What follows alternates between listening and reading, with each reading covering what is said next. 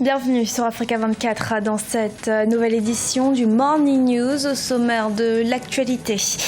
Malgré l'engagement pris des États membres de la CEMAC pour garantir l'intégration sous-régionale, l'objectif peine encore à être atteint. Des 6 pays que compte la CEMAC, seuls quelques-uns ont véritablement amorcé la mise en application des mesures prises lors des différentes assises sous-régionales. Focus sur Sylvia Kawalia, une passionnée de cosmétiques.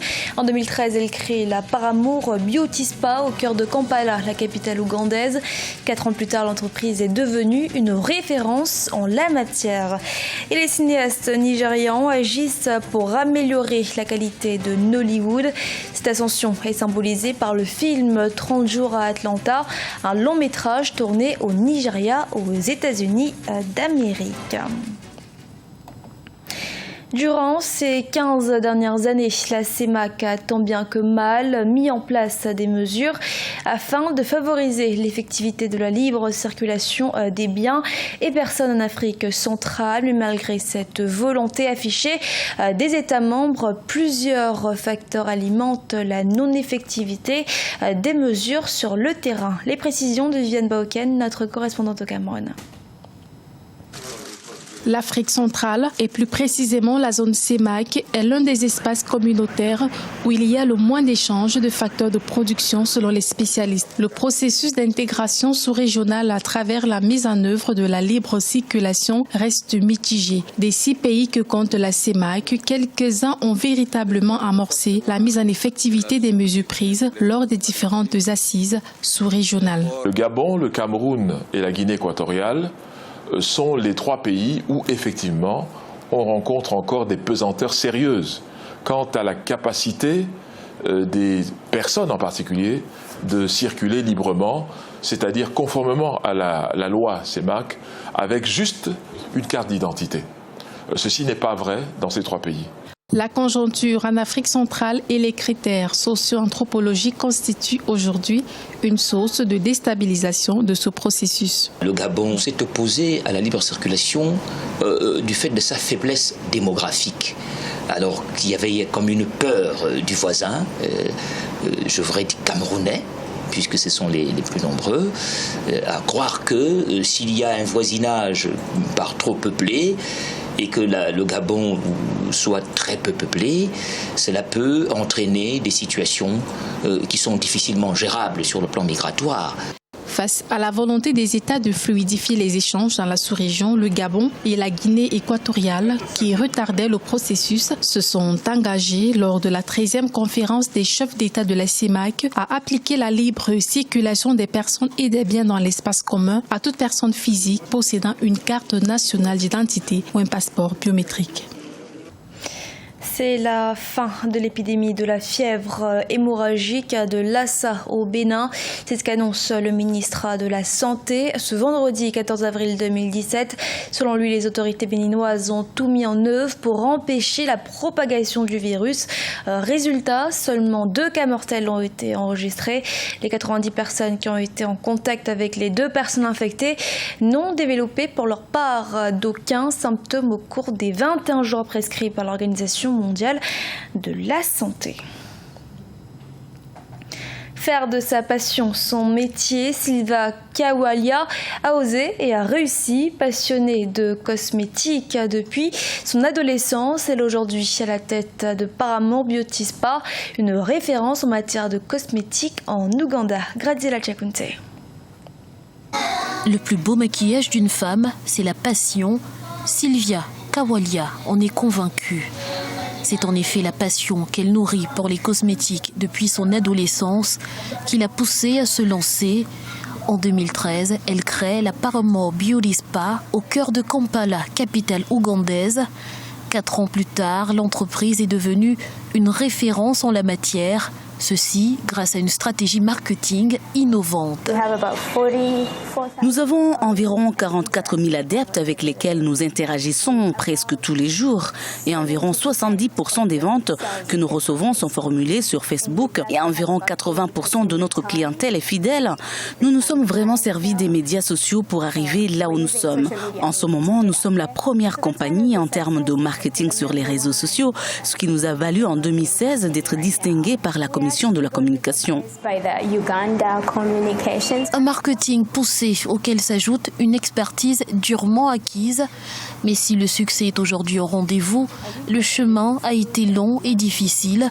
Il a notamment fallu se battre avec les stéréotypes. Quand je me suis lancée, les membres de ma famille ont cru que c'était une blague. Ils pensaient que ça durerait un temps et que je changerais rapidement d'orientation et que je me tournerais vers quelque chose de plus important, entre guillemets, que le maquillage. Aujourd'hui, certains réalisent que je suis désormais une professionnelle car cela fait 10 ans que ça dure. Mais ils ne pensent toujours pas que c'est un secteur dans lequel je peux me faire de l'argent. Aujourd'hui, fini le porte-à-porte. Sylvia Kawalia voit plus grand. Elle envisage d'ouvrir une école de beauté dans les prochains mois et se consacre désormais à l'écriture d'un manuel spécialisé, convaincue que pour pérenniser le succès, il faut sans cesse repousser ses limites. Au Togo, on dénombre plus de 40 stations radio émettrices. La plupart sont commerciales. C'est le cas de la radio Taxi FM, une radio jeune qui emploie une vingtaine de personnes. Aimé Fakofi, notre correspondante au Togo. Elle émet sur la 93.1 depuis le 9 janvier 2015 et couvre la ville de Lomé et ses périphéries. La station radio Taxi FM fait partie d'une quarantaine de radios existantes au Togo, dont une dizaine à caractère commercial basée à Lomé et qui se partagent le marché devenu depuis quelques années restreint. Une situation qui a fait place à une anarchie dans la fixation des prix régissant les plages publicitaires qui constituent pourtant l'une des principales sources de revenus des radios commerciales. On diffusait les spots, par exemple, par diffusion, 15 000, 10 000. On a voulu appliquer les mêmes prix, même aller au-delà, mais les gens disent que non, vous ne pouvez pas, parce que les gens diffusent les spots même à 1 500 francs. Comment vous pouvez diffuser les spots à 1 500 et comment pourriez-vous vraiment subvenir aux besoins des agents qui travaillent avec vous? En dépit de l'étroitesse du marché, Taxi FM parvient à s'en sortir. Jusque-là, pas d'arriéré s'agissant des charges qu'elle doit couvrir. Les frais d'électricité varient entre 300 000 et 400 000 francs CFA par mois.